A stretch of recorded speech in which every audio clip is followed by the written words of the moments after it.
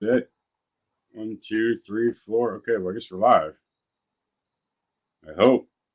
We'll see if anybody comments here in a minute. As far as I know, I'm live. It says live on your deal. Yeah.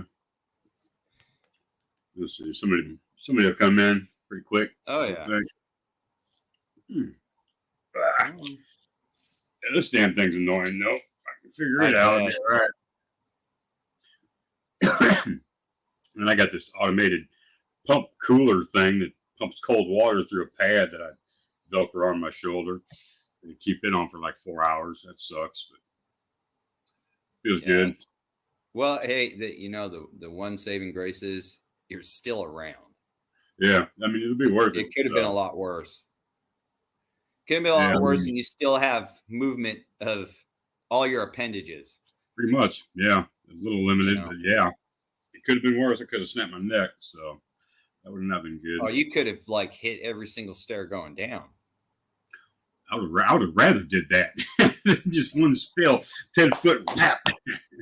Here we go. So I guess we're on because we got all kinds of people in there. Oh yeah, got Outlaw, Steve.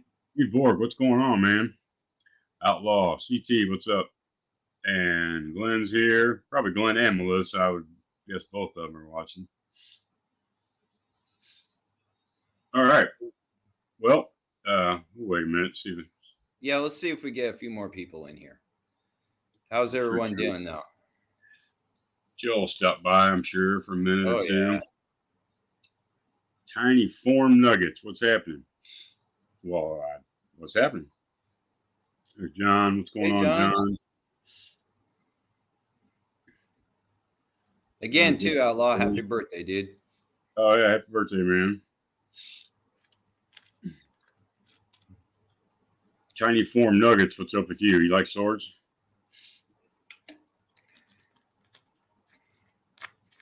Sorry, not familiar with the name. Like a sword. It's really? Just a really long knife. That's a trick question. It's like, what was that question on Airheads where if God and Lemmy got in a wrestling match, who would win? Yeah. Trick question. Lemmy is God. That's funny. That just reminded me of that, I guess, for some reason. I got to see Lemmy like 2 years before he passed. That was cool. I'd never seen Motorhead before, so that was exciting. Yeah, there were. He was friends with Angus Young and Brian Johnson too. He was Jimi Hendrix's roadie. Really? Yeah, that's how Lemmy got started. That was his step on the Walk of Fame right there. He was Jimi Hendrix's roadie. And that was that was just a tragic deal too with Jimmy. Yeah. Oh yeah. He was way ahead of his time and died way before he should have. So. Oh yeah. They considered him metal back then. Oh, I think. I mean, and I play guitar, so yeah, I could see he would have totally went that route. Blues, it would have shut off for him. I would think he would have had to go the metal route because it's just. I don't know. He does good blues though too, man. So I don't know. It would have been fun to watch. That would have been cool, but fortunately, it didn't happen. But. Supposedly, from what I've heard, his hands were so big that he could use his thumb and hit the two top notes with no problem. I can hit the top one. That's how big his hands were. I can't hit both of them. I mean, I could wrap my hand around it. I just can't play and do that. Plus, he had a Fender. It was a pretty small neck, but yeah, he did have. I mean, that helps. The longer and skinnier your fingers are, that's yeah. You want that reach. You want from your first finger to your pinky. The farther you can get, the better. That's the whole thing, especially with playing metal, in my opinion, anyway. All right, who we got? So Tiny Form Nuggets said, I like the woods, outdoors, animals, hatchets, campfires, music, etc. Well, this is going to be pretty much about swords. So it was just for a second I wanted to talk about Motorhead. So. Right. It looks like Outlaw found his favorite, found a sake. Uh-oh. What is it? Show Chica Bay? Show Chica? Okay. Outlaw, is that the one? The Chica sake is like a little glass. It has a little, like, Japanese woman with the cat on top of her head. It sounds expensive. It's actually not. It's really good, though. Is it? And it comes in a little glass like that. And when it's gone, it's great because you actually have a drinking glass after. Right on. That sounds convenient. Let's see. Tiny farm nuggets. I can play a mean guitar. Well, I can play a mean air guitar. Well, I'm not sure what realm that counts in, but I don't know. Yeah, I my play a wife mean just guitar. started learning guitar again. Really?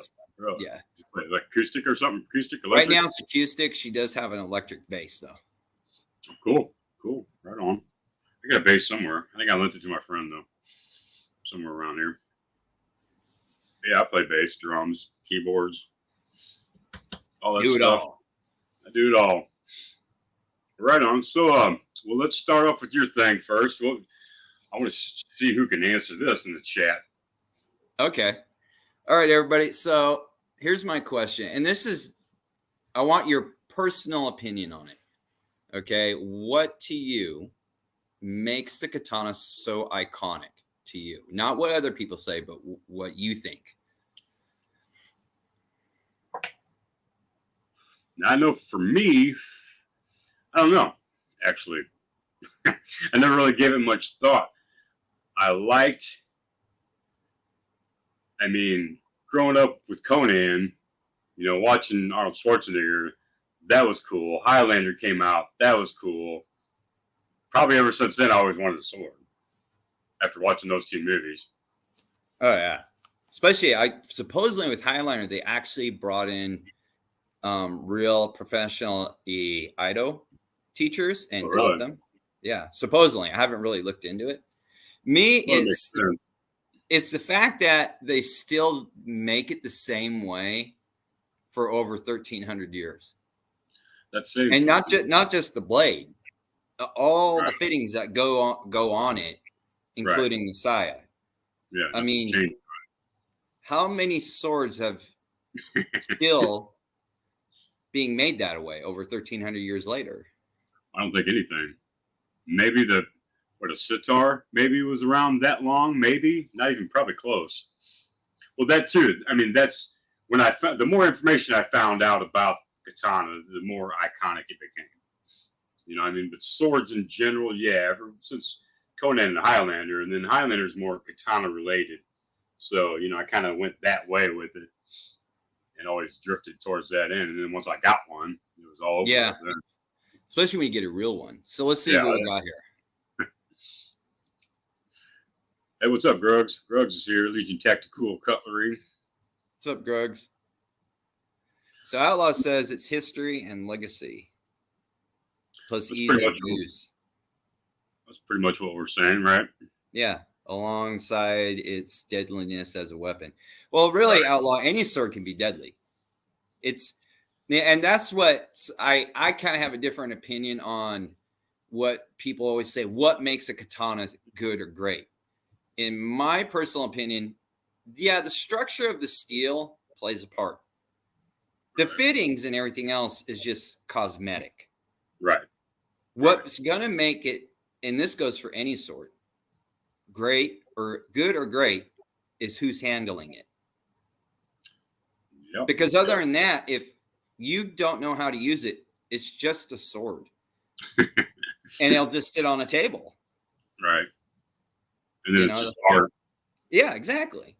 It's whoever's using it is what's going to make that sword great or a good sword, That's how I see it. I can agree with that. Makes sense.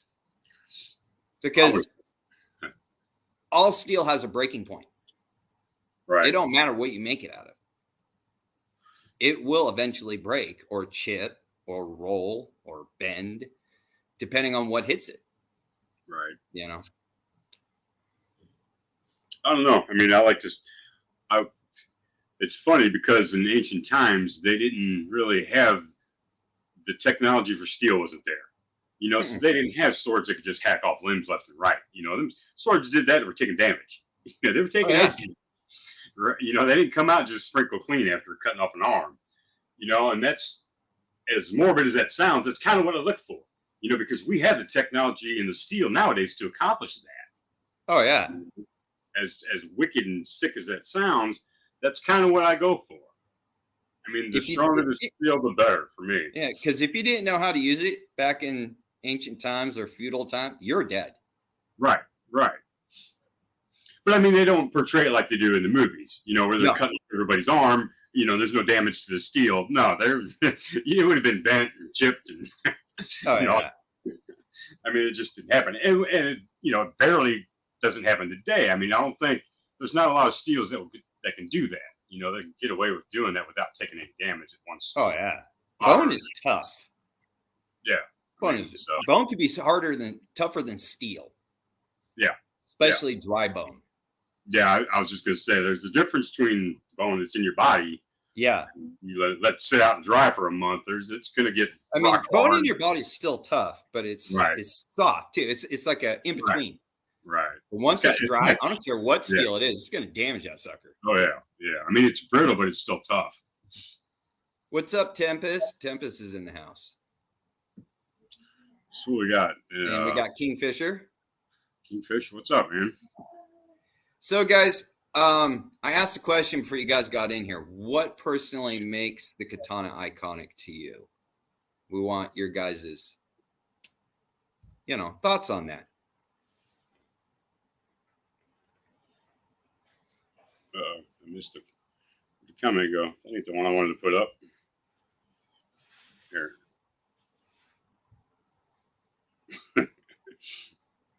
There you go. All right, thank you, Nuggets. Thanks for putting my mind at ease. Yeah, I was a little concerned.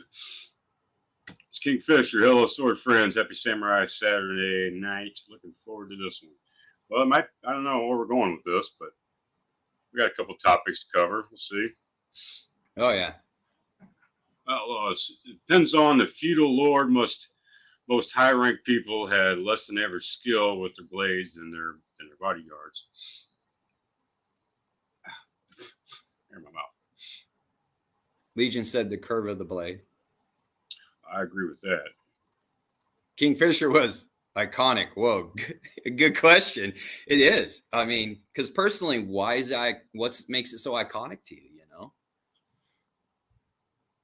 Like I was saying earlier, for those who weren't in here, I just like the fact that for over 1,300 years, they're still making it the way they used to when they first started. And I don't know any other sword that's still done that way. No, I don't think that nothing can match that. And I agree totally. When I found that out, I mean, it basically hadn't changed in 1,000 years or so. Yeah, I'm like, what other sword can you say that about? That's dedication to your culture. Right. I mean, they had it down pat before. Other areas were still working on their swords and getting it right. They already had it down and had been doing it for 500-600 years. So they were just way ahead of everything. Oh yeah, and people say it's not a very good steel. It's a very high carbon steel. Right. And what people forget was they always think, Takamahani is crappy. It wasn't a good steel. This and that. But what they're forgetting was, and they always say they can improve it. They weren't fighting foreign countries. Right. They're fighting. They were just fighting themselves. Right. Whereas you take Europe, they had to develop new types of swords for during the changes of the times. Right. So they could better suit their army. Yeah. It all depended on pretty much the fighting style that they were, whether it be on horseback, foot, or whatever. I'm sure that had a big factor on what kind of weapon, how the weapon was designed, I would think. Oh, yeah. Hence the different designs all over the world, I would think. Yeah, I'd like to see what Kingfisher says. He would put it up. What's he say? World War I, the Japanese were using single-handed sabers, similar to the rest of the world. Only in World War II did they revert to the iconic sword for the purposes of nationalistic pride. Well, yeah. Yeah, and Fisher's right on that. It was basically a katana blade. Okay, it was a shobu or a Shinogi Zakuri blade, but the handle was fitted after a French-style saber. Hanbon actually has one that they did. Really? It's like over $800 for it. They're the only one. Yeah, but they have one. but it's a French style saber guard and everything Huh. with a Shinogizukuri blade attached to it. Huh. Yep. Sounds like a mixture of cultures there. What's Outlaw saying? If I can weave about, it's because it's the ultimate sword that can cut through guns and gods. Bi wants to say, for me, it's just the look of the katana. It's itself is elegance and beauty in one is what I meant. No, they are a beautiful sword. I do agree with that. They are somewhat of an art form. I would think they're a weapon first, but no, they are a weapon. I mean, let's not throw that out the window with the baby. Right. I mean, they are a weapon. That's what I hate when people get too artsy fartsy about it. It's like, no, it's a sword first. Well, especially nowadays, you always hear, even like with firearms, it's a tool. No, it's not a tool. Right. It's a like weapon. A sword is not a tool. It is designed for one thing. It's a kill. Yeah, it's not kill. Period. It's designed to cut watermelons. It's designed to kill. Same with the firearm. Right. It doesn't necessarily mean you have to kill a human being. It's still designed to kill. Period. Right. It is a weapon. And that's what people they try to get away from, using excuses by saying it's a tool. No, it's not. Don't gloss over the fact of what it was designed to do. I mean, it's good that they're saying that. It's good that they're saying that. Maybe that'll put a stigma on it to where it is more artsy fartsy than a weapon, because we know better. But maybe we should let everybody know that. Exactly. Now, if you want them just for display, that's fine too. Right. And that's why I like getting so many of them, because you can always find one that has a different look, different fittings, and everything else. They're very artistic, but in the same sense, yes, they are a weapon. Fully functional ones are. Right. Yeah, I mean, I got several that look all different, but they're all the same. They're all katanas. Oh, yeah. So, but they just look different. So some look totally different. But anyway, I'm way behind on comments here. Kingfisher put it simply, pit pride. I'd agree with that. Alex says, I think there's an artistry to Japanese style swords. There's so many words and terms for all the smallest aspects. Well, that goes with any kind of swords, actually. Katanas seem to have more parts. But I wouldn't say too many more. They seem to disassemble better than any other sword, I would think. A well-fitted one. Yeah, and I think maintenance as well is. I mean, it's designed to be able to do maintenance on it. That in itself says a lot. And like most swords are not meant to be taken apart once they're put together. Especially European. Right. Once they put that last bolt in, that's it. Well, that's why a lot historical ones that they found, the handles are rotted or barely holding on, and because they were riveted on. Right. Yeah. That was the word I was looking for. Riveted. Tiny Farm Nuggets. It's an interesting community here. If you like swords, yes, it is. Alice says, I know it's a weapon, but you can kill with elegance. Well, no, there's a good way to put it. No, it's true. Kill with style. That's the thing with the katana, it has that beauty to it. That's why, they wanted like the Kasaki so polished out. So when you're threatening somebody with it, you're like, man, someone did a good job of that polishing on there. Like that Kasaki I'll be proud for you to strike me down. There you go, Kingfisher. If looks could kill, the katana would never have to cut anything. Exactly. There you go. Now, don't get me wrong. I do like some European swords. Yeah, I mean, I like long swords and stuff too. I wish I had some. I'll probably get some eventually, but I would like to get a Grossmacer. Yeah. I like swords with a quarter to it. I was gonna say that's pretty close to a katana, right? Yeah. A whole lot of difference there. Because like I said, I've taken fencing, and it's a lot different when you have a straight blade.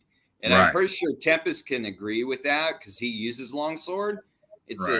I don't know, Tempest, is it a lot different cutting with a straight blade straight sword than say like a katana that has a curve to it? I mean, from what I'm gathering, there's more thrusting involved. There is. In general, in European swords versus a katana. Katana is more a slash than thrust if you want to. Or Exactly. to. But I think the main, so I mean, that's why they're designed the way they're designed. Really thick down at the head and very thin point where it can just, stab right through two people. And armor. I'm sure that's what they were going for. Oh yeah, get in between the gaps if you could. Well, and the armor was different too. So there you go again. The different fighting styles dictated how the weapons were designed, essentially. What's up, Eric? Hussein, what's going on, man? Husseinly sharp. Farm Nuggets says, I'm still not a troll. I believe you. It's all right. I can always block you, so it's no big deal. Steve Borg says, yeah, he's got a couple gross musters. He says he had one, but he had a couple of them. Oh, yeah. Top cutters mounted or on foot. Mounted. Now, when he says mounted, he means on a four-wheeler. He don't mean a horse. Although he probably on a horse, oxen. Gotta watch out for Steve like that. He'll do that crazy stuff. Drugs. It depends on what you wear. You are talking about for different blades and topologies. Yeah, I mean, yeah. Kingfishers. What in the world? What is this? Let's put this up. I don't even know what that says. Karajis and bacon with onions here. Also, what you guys talking about? What you're eating? This ain't a food channel. Yeah, right. No food talk after 6 p.m. I had Chinese.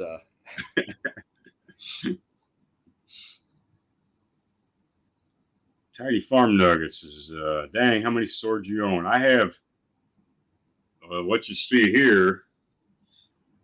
Actually, you got quite a few there. Got that whole rack there. That rack, and a naginata. That will probably kill you. Yeah, it would kill you. So I don't know, whatever that is, 8, 24, 32, something like that. I got some for sale. You can buy this one.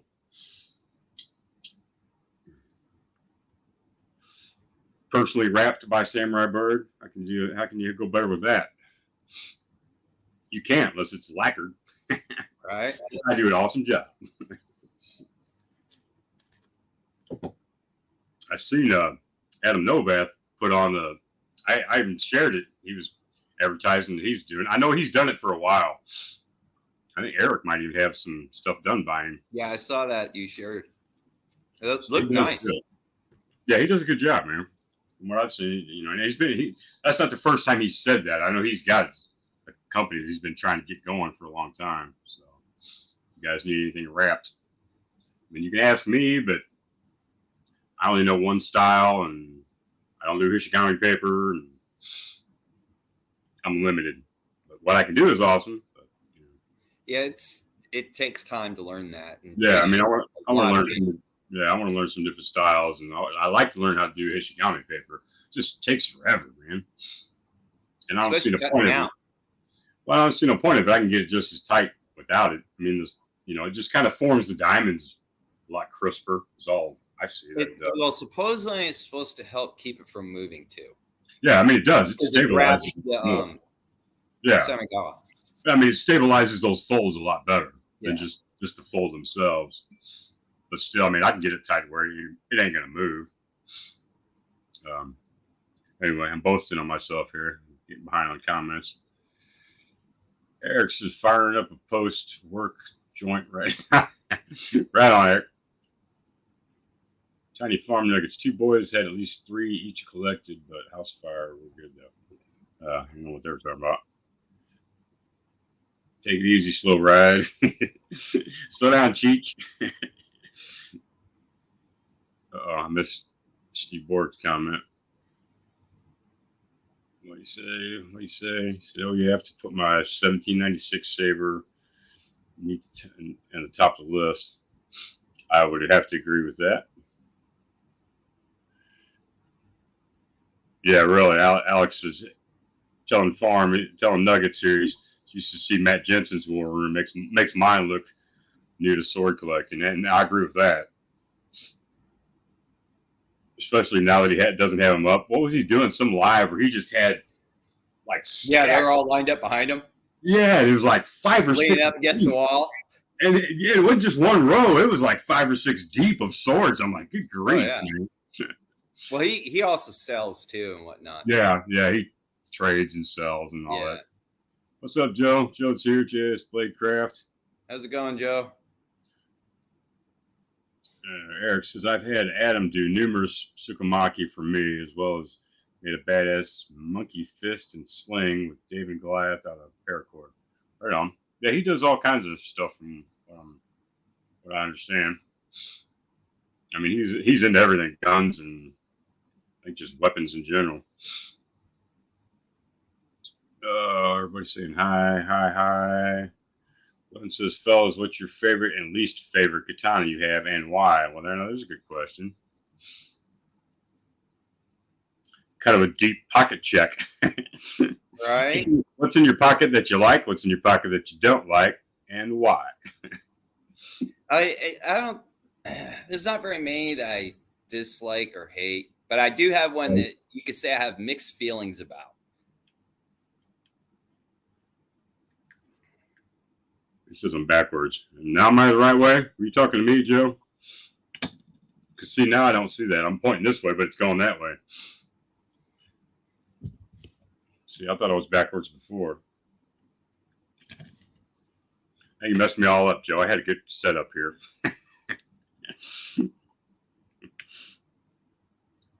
Wow, what we got here? Tactical, showing his arm strength.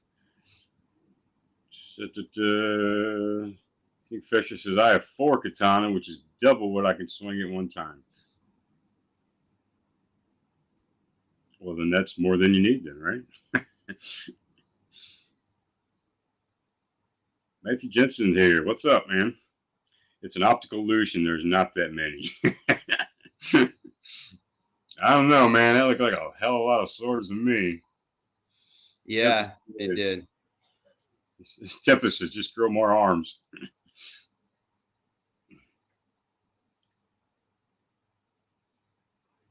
Nuggets says Matthew Jensen, I need an optical illusion. Well, there you go. I don't think it's an optical illusion. I think he has that many swords. Ichi the Killer Foot Blades. Oh, I don't know what they're talking about there.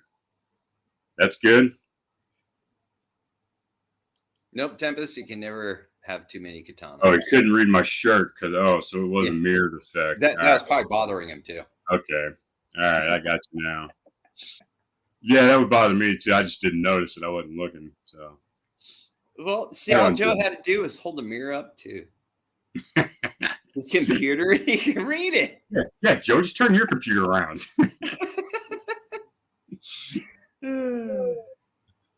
Tiny Nuggets must have found you on the knife channels. Oh, got some good buddies there. Right on. Yeah, no, I know a lot of knife guys. Matisfaction, Stella, a Knife Obsession, Donovan 2, John, Addicted to Blades. He does a lot of knife reviews, actually. Joe's a knife guy. Want to play Mumbly Peg? I don't know what that is, but no, I ain't got time to play that right now. Don't know what that is. You can never have too many katanas, says Tempest. Well, I agree with that. And I'm sure Matthew Jensen would say, well, there's a limit. There's a limit that someone could be satisfied with without having to shop too hard for the next one. Right. Which I'm well on my way. That's what I want. Hey, yeah, I want to talk about that too. So so I should get my taxes back. So I want to get like $1,000 sword. But and I just watched Matt, I just watched your video on a couple samples that you had. Although you didn't have a Sky Giro there, I'm not so worried about the Z-Segs. I don't trust them anyway. But I'd like to see a Sky Giro. I'm really interested in Sky Giro and Evolution or higher. That's where I think I'm going, because I think they have the steels that I want. Motohara has L6. They're just out of stock right now.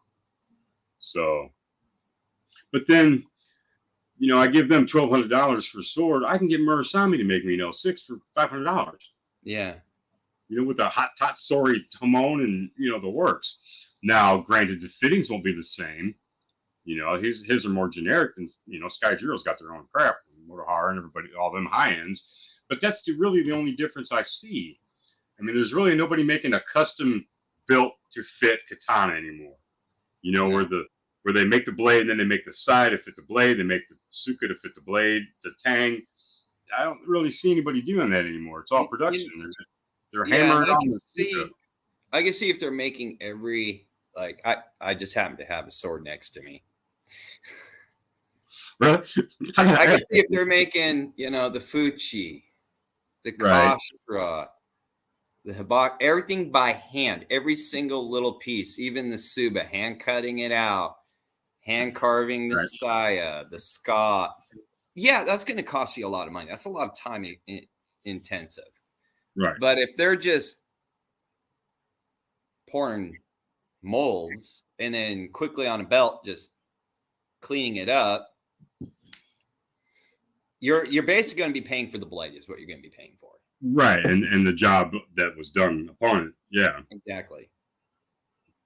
I mean, some are built a little better and fit a little tighter than others, but I really don't see any difference in them, especially when I can take the damn things apart and do a better job than any company. Essentially, I mean, yeah.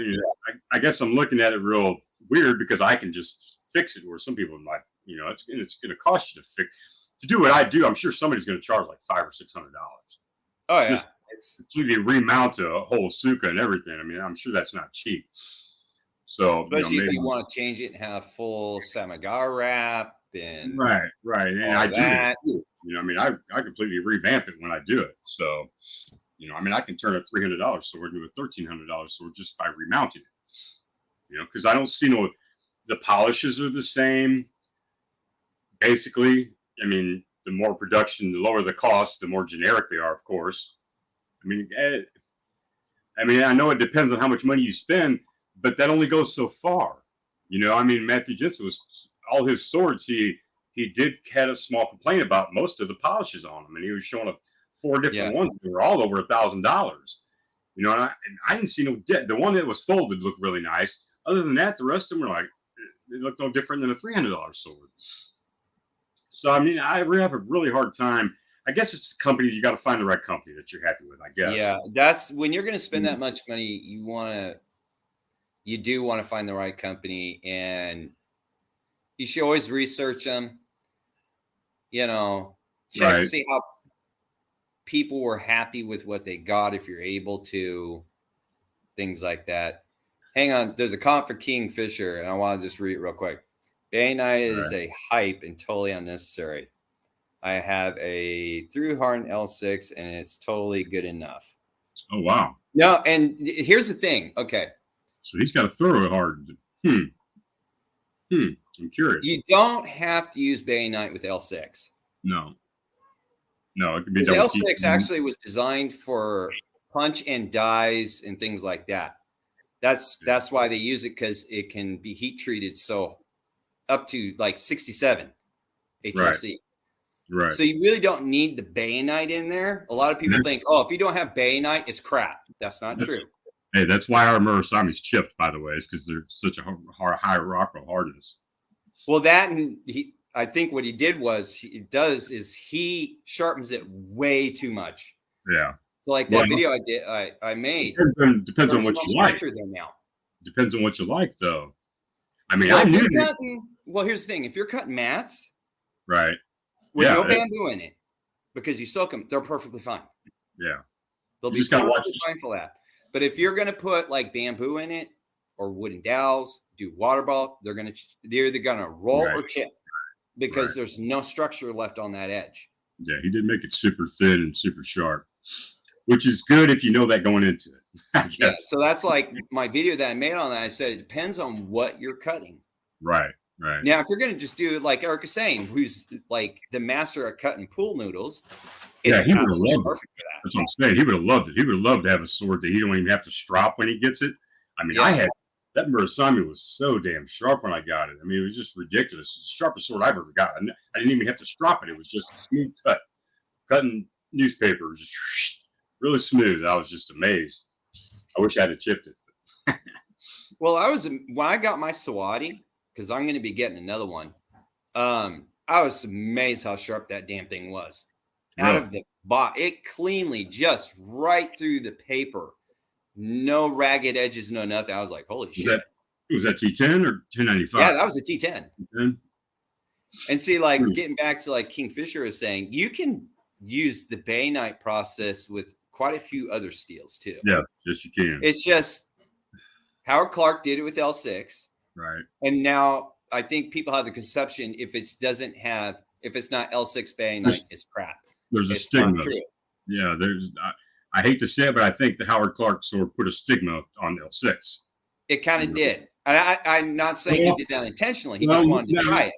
And I don't, maybe not wasn't him, because I've read Sword Buyer's Guide. They plainly say, do not even buy an L6 if it's under $1,000. Don't even buy it. And well, yeah, so that's Sword Buyer's Guy's really biased. And well, at the time, there probably wasn't. I mean, that was a few years ago, so there wasn't that many. Right. I mean, everybody's got L6 now, so yeah. The more that people want it, the price will come down. Right. Because I remember when T10 came out, right, for katanas, they were expensive. Well, the more people bought them, the price came down on them.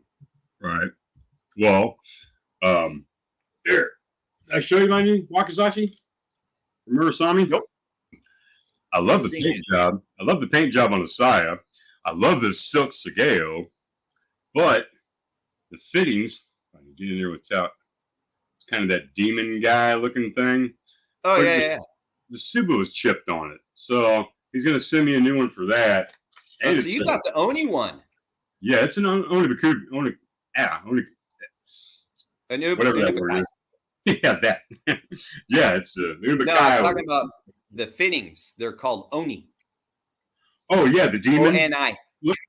Yeah, I think that I do believe that is what that is. If I can get it in the camera, you probably can't see it. Let me see the Fuchi.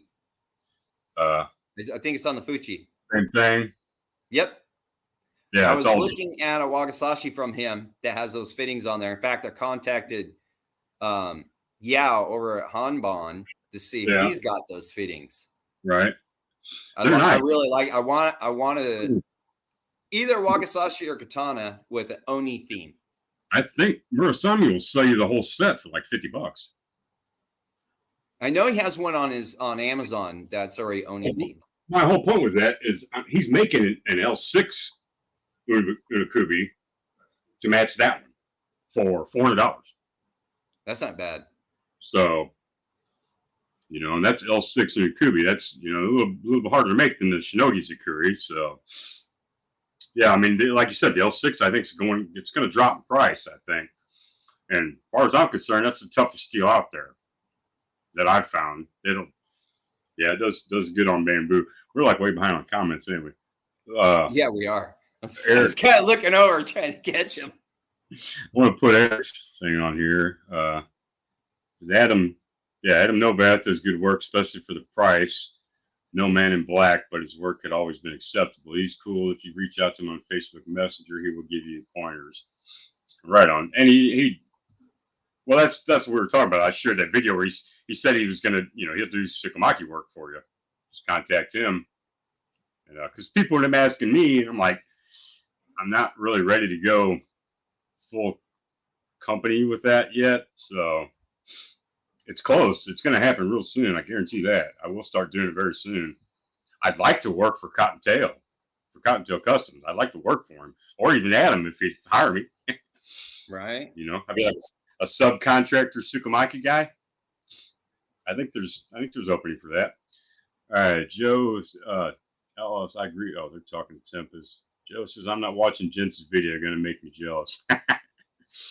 Eric is saying, talking to Steve, I've thought about doing that actually. My Condor Gross Messer. I don't know what they're talking about. I missed a lot. So vibe. Brandon Thrasher, Freedom Frog gear. Oh yeah, I know Brandon and Freedom Frog, Frog. Yeah, they're cool, Yeah. man. I know Frog and Thrasher. Yeah, I usually catch Thrasher's. He goes live like Saturday mornings, but he's got to quit doing that. I guess he's got to work now. He can't do that. Yeah. Anymore. I saw his post. His schedule changed. Yeah. Sounds like he's really bummed about it too. Yeah, I mean, I liked his live streams. They kept me busy. They kept me going because I always slept in Saturday. So by the time I got up and motivated, he was on. I was like, all right, this is cool. Man, I wish I could sleep in. Well, it ain't gonna be forever. Once I heal, I won't be sleeping in. Man, I got like 20 after 5 this morning. Yeah, I mean, I found the older I'm getting, the less sleep I really need. I can only sleep for like 5 or 6 hours and I'm up. It's like, man, I just can't sleep. Can't sleep like I did my 10 teen years, like 12, 14 hours in a row. Well, not only that, we have my wife's cat in our room with us still. He sleeps in there with us at night because the doctor still has his leg bandaged up and everything. So we don't want the other cats messing with it with us not around. So he jumps on top of us and everything else. It's like he sleeps all day and that night he's awake. Right. We're like, get off. Trying to sleep now. So yeah, Eric says a never-ending hobby or lifestyle, rather. I agree with that. CT says my limit is all the katanas. He wants them all, I guess. Tempest, never too many for any except small sword. Yeah. That says Evolution blazes the tits. That's kind of where I'm going. Like I said, they have L6. It just says out of stock. L6 is completely out of stock, so they won't make any blade out of L6. And that's what I like to get. I'd like to get an Unukubi L6 from Motohara or Evolution Blades, whatever. I'll have to talk to them and find out what they want to be called. But yeah, I think I was going to go with Skyjiro. I don't know. I mean, it's either them or Motohara, and I think I'm leaning towards Motohara. But then again, Ryan McLaughlin came out here with one, but it was I think a more inexpensive model, so maybe I'm being a little biased on that because I hate the plastic Koraguchis and the plastic. I don't like. Give me some bullhorn or at least wood. I can't do plastic. As long as they tell you it is and not say imitation bullhorn, that's better. But at least they're being honest. You know, I just can't do the plastic. I like how it is plastic on my Sawadi, on the Koraguchi and on the end, but where it's rounded. But it's done nicely, and I like the fact that on the end of the saya is perfectly rounded. So when you put it in an obi belt, it just slides right through there. And that's one thing I'll say. And for like $180 for a T10 blade, right? I mean, you're not going to get real bullhorn. Right. I mean, usually it's 200 or more, and you start getting up the $300 range is what the saya starts getting fancy at that point. Exactly. Yeah, I mean, around the 180, maybe even like low, like even $200, you're not going to get bullhorn half the time. No. But if you're paying $300, $400, $500, right, it should be either real bullhorn or don't even put it on there. Yeah, no, I agree completely because that's exactly what I got, about that $300 to $500 range, and then you start getting, like I said, the size starts getting a little fancier. Everything gets fancier at that point. Once you get past that 200, 300 mark, I'm sure everybody would agree with that. I would think. Matt, Evolution blazes the tits. Yes, they are. I do believe they are. I think I'm going to go with one of those. Well, thank you for subbing, Beefer Baron. Appreciate it. Oh, and I got the donation thing, but I don't know how to put it up, man. Not that anybody's going to donate.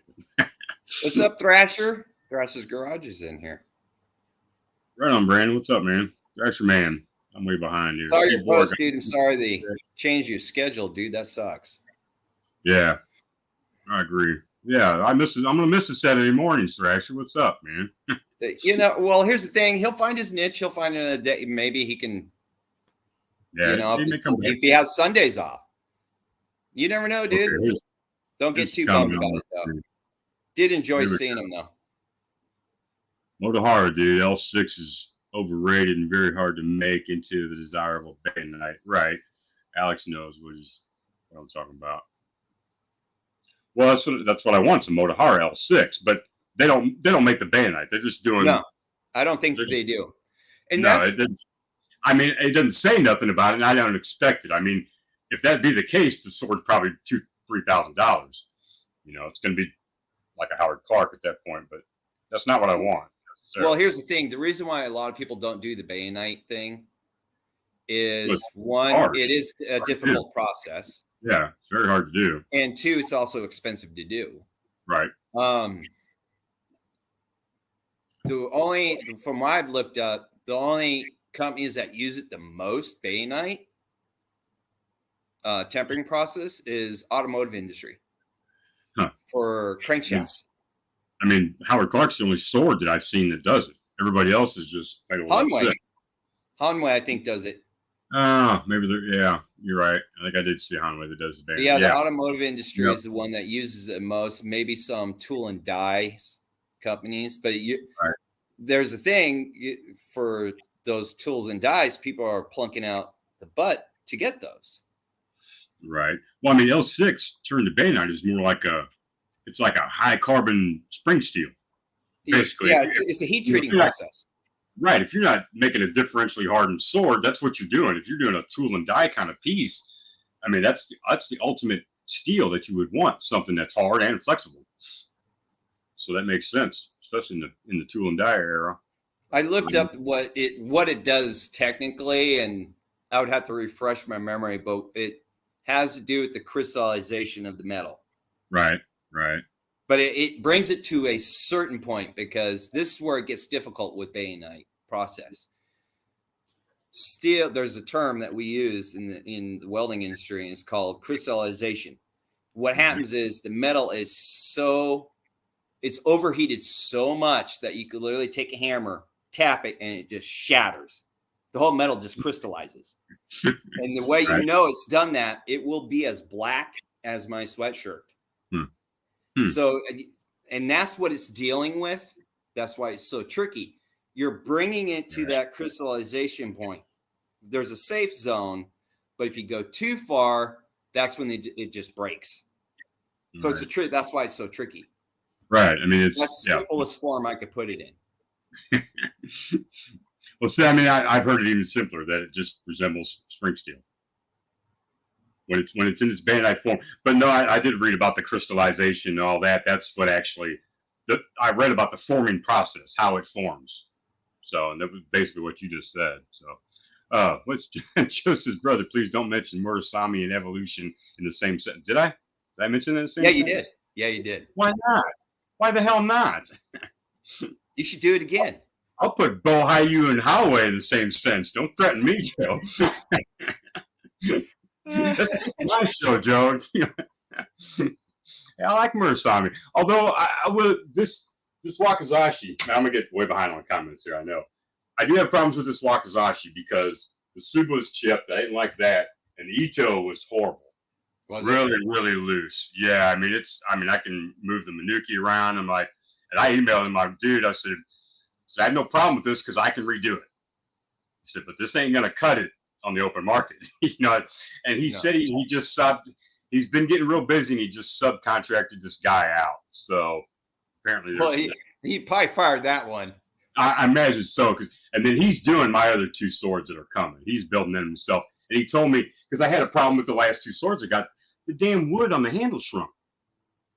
And when I got these swords, everything was tight. The Ito was tight. The Fuchi was tight. Shiro was tight. In 6 months, everything just went loose and fell apart. The Ito was so moved, I could pick it. I could pull it apart from the Suka. It was so loose. The wood is using a soft wood. Much. Huh? Is he using a soft wood? I guess so. And I took a video of it all, and I emailed him, and I told him all about it. He said he's changed the wood since then, and the swords I got coming, he said he used a harder wood form to alleviate because that plays a big part. Yeah, I mean, if it's real soft, yeah, it's gonna if it shrinks or whatever. But I mean, it all should be treated before. I mean, I don't know. I'm sure it happens. I'm sure I'm not the first, but he said he fix the problem. So that's all I'm worried about. Which I'm sure, Joe, I would not have that problem with Motohara. Okay, I'm sure I wouldn't. Not to use those two in the same sentence, but oh man! All right. Nuggets is making fun of me here. It's really good. Yeah, I'm a chain smoker. Nuggets, it's cool. Matthew Jensen, you paint Evolution Blades is like someone who fixes the drywall, levels the walls, sands flat, paints, and sands between the coats, and it looks and feels different when it's done. Yeah, I totally agree. That you got to have a good foundation, and if you don't have a good foundation, you can paint shit all kinds of different colors, but it's still shit. I got you. Kingfisher, Bayonet is hype and totally unnecessary, in my opinion. I agree. I mean, it's nice. Don't get me wrong. I'd like to have it, but I don't think it's very necessary. I have a thorough hardened L6, and it's totally good enough. I completely agree. Kingfisher, I just don't want to spend that much for a Clark. No, me either. I think about weight. They'll be making Bayonet. I think they'll be making Bayonet T10s in sooner or later. That would not surprise me at all. All somebody has to do is try it. Right. I mean, yeah. It can't be that hard. I mean, Howard Clark did it. Eric's leaving. Red got to go. Kingfisher, yeah, I agree with Gargoyle. Depends on what you want to cut. Yeah, I mean, your target's got a lot to do with it. It does. It does. What type of medium do you want to cut, Right. Especially if you're going to do it on a constant basis. So Eric says his HTS was the sharpest out of the box. I've heard him say that before, too. I'm sure he's not the only. I think I heard Freestyle. Seth from Freestyle Swordsman, I think, mentioned that he's the ones he's got, or one he had. Sure. I think you got his, Eric. Don't you have his? Didn't you buy one? I know you bought one. Was it the HSTS? I don't know. Thrasher's edge profile always matter, but then again, HRC is always important as well. If the steel is too hard, it's prone to breaking. Yeah, it's always, you got to find that fine line. Always. That sucks. Always. That's the fun part about buying katanas. You got to find what you want. Research, man. Eric says, fuck SPG. They're shits. Yeah, I think they're the one that put the stigma on the L6, because I remember reading that. It's like, if it ain't a Howard Clark and if it's under $1,000, don't even buy it. Yeah, store buyers guys real biased. Yeah, so they made it a stigma as in all L6 is bad. It's insane, man. It's not. So, but I think people are coming around. So, and more companies are putting out L6. So, that on top of that, we'll get rid of that stigma. L6 is starting to get real popular. Yeah, I think so. I mean, I'm seeing a lot more. It's kind of like the T10. When T10 first came out for katanas, they were expensive. The more people bought them, it brought the price down because they're making money back on it. Right. Yep. Outlaws. What do you guys think about folded steel blade made from L6 and T10? I never heard of such thing. Of course, that would be laminated. I'm not real hip on laminated blades. I'm with Matt Jensen on that one. They seem to be poorer than their counterparts. And I have two 1095 from Ryan Sword, and while they are beautiful and beautifully built, they're not as tough as the same Maru solid 1095 from Ryan Sword. I got two laminated and one Maru. And the Maru is harder and stronger than the two laminated. And I don't know how well structurally that would be, because the T10s, you got to remember, has that tungsten in it. Tungsten's already hard as it is. Yeah. And then L6 is even tougher. It's got a 0.70% carbon base already in it. Right. So you got two really hard metals going together. And you normally want a soft and a hard. Yeah. So I don't know how well that chemistry would mix. No, I'm just speculating here. Sounds like you'd have to put some spring steel in the middle somewhere, kind of even that out. That's the whole point of the lamination. It would be too hard and too brittle, I would think. Beef Baron says, how much is that bad boy? I don't know what he's talking about. Talking about my Wakizashi? It was $265. That was a custom, wasn't it? No, that was it's in stock model. I just It's had a him stock make, model? Okay. yeah, but I did have him make a katana to match it. So a Daishio, whatever that's called, the combination, the katana and Wakizashi, which is a custom job, but he's only charging me $400 for that for an L6. So good deal to me. Let's see. Joe says, let's not forget, boys, when you sharpen with a convex edge, excuse me, and leave some Niku behind the edge, you can cut it crazy sharp and still be resilient for hard cutting. Well, and I totally agree with that because that's what exactly me and Alex had to do with our L6. Yeah. We cracked him and had to put a secondary bevel on it to fix it. Well, I don't know. You didn't put a secondary bevel on it. No, I did put a secondary, but the problem is, too, you got to know how much Niku you have in your blade. And yeah, that's a trick. That's a trick to it. I mean, I put a secondary bevel on mine just because I knew it'd be a hard target cutter from then on out. So I wasn't worried about it. Basically, when it chipped out, I just reprofiled it like it should be. No convex. Right. But what I did was I didn't sharpen it as sharp as it was. Right. Now it's a beaut of a cutter now. Right. That's cool. That thing cuts like crazy. See, Joe, I've done it many times with my Hanwei and no chips. Eric says, Kingfisher, I like those cloud hammer edges because I was able to refine mine to perfection. Are you talking about the differentially hardened? Or are you talking about the thoroughly hardened? We had this thoroughly hardened conversation, Eric. And while the cloud hammer wasn't too bad, actually, that was probably the best spring steel to sharpen, or that held the edge the best compared to like 5160 or something. So I don't know. I'm not going to go on about cloud hammer. Not until I try one of the differentially hardened. So I don't have any, so I can't compare. Yeah, I mean, what I got, I don't want to compare with anything. We're not going to go there. Not going to go there. I already did that. I've already been humiliated enough. Kingfisher says, depends on the skill of the smith to temper. Oh, outlaw. He's talking outlaw. Could be good, could not. The question is whether or not the two steels can agree on a good tempering point. Yeah, probably not. Maybe too hard for one. Yeah, I don't know if that would be a good mix. Yeah, I mean, I'm thinking you have to mix something else in there to even that out. It just sounds too brittle. Zerfo. I don't know how you pronounce that. Zerfo? Zero? Is that a fancy way to say zero? Zero slash? What's up, man? Come here to learn, and learning I am. Well, if you want to learn about swords, you're in the right place. We got some of the experts in the chat even. I mean, me and Alex ain't bad, but we do have Matthew Jensen, so that's saying something. He definitely knows his swords. And he says Motohara is the tits, which just sells me right away. I like well, it. Motohara's been around for a while.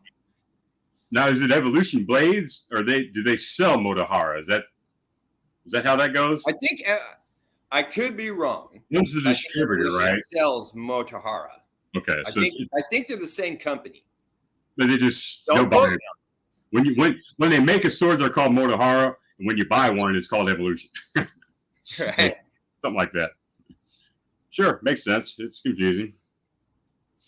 I think, yeah, I'm gonna call them and say, hey, get some L6, or let me know when you get some, and I'll buy a sword. Cottontail bird feathers. If we merged, is that our company name? If I merged with Cottontail Customs, it'd be Cottontail Bird Feathers. Thrasher says, yeah, it sucks, man, but until I can get work for myself or retire, I'm stuck working for the man. Well, I hear you. Well, you need to tell that man you do stuff Saturday morning. You're right. Beef Baron says, just sub to Gargoyle. Right on. Thank you, sir. Eric says, you can request whatever you want from Motohara, dude. Okay, that's what I was hoping. I'm just waiting for them to get that L6 back in stock. Once they do, we're in business. Well, I got to get money first. Now, is Motohara like a Huawei? Am I going to have to wait like a year and a half? Because I don't want to get nothing custom. I want to get something preferably in stock, if they already have it sitting on the shelf. Because I hate to wait. Bo Heidi made me made me that way. I hate because I get a sword from them in like 4 days. Right? From China even. Can't beat that, man. See, Joseph's bird, a Motohara you would want would be very high dollars. Start with the Skyjiro or dare I say Highway. Well, I wanted to get that Highway. It's like $298 for an Unikubi. Sounds pretty nice. So I was going to check that out. And then I was going to go Skyjiro, but then Matt says Motohara's tits. So, I like tits. So I'm going to have to go with tits. And Skyjiro, I don't know. They make me iffy when they say you don't take them apart. That sends me wrong. Why would you take a katana apart? Yeah, I mean, why are they putting pins in it then? Why are they putting holes in the tang? Half the time I don't take my handles off when I clean them. That's only because I'm being lazy. Okay. I mean, I like to take mine apart when I get them, especially for review, Sam. For review aspect of it. I really like to do it for that. So, but anyway, I don't know. That's got me freaked out.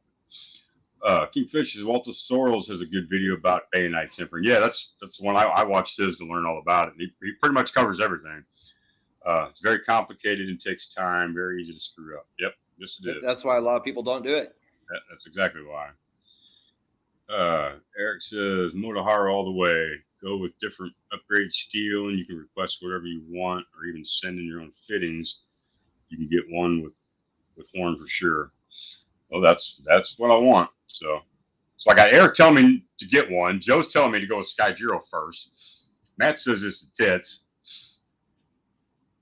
I think you outvoted Joe 2-1.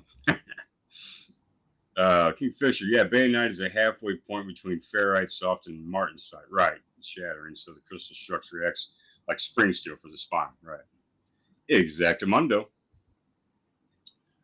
Thrasher says, I'm just saying someone out there need to get a ton of ZDP 189 and make a damn katana with it. Man, that would be great. I have no idea what that steel is. I'm assuming that's one of your fancy knife steels there, Thrasher.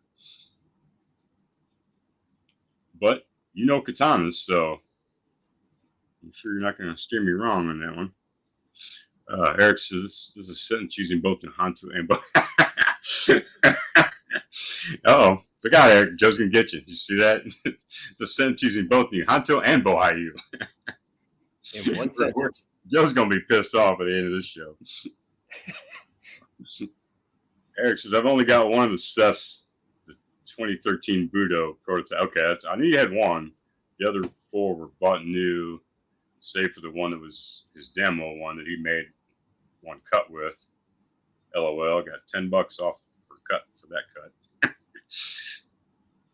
Oh, did he screw up the polish?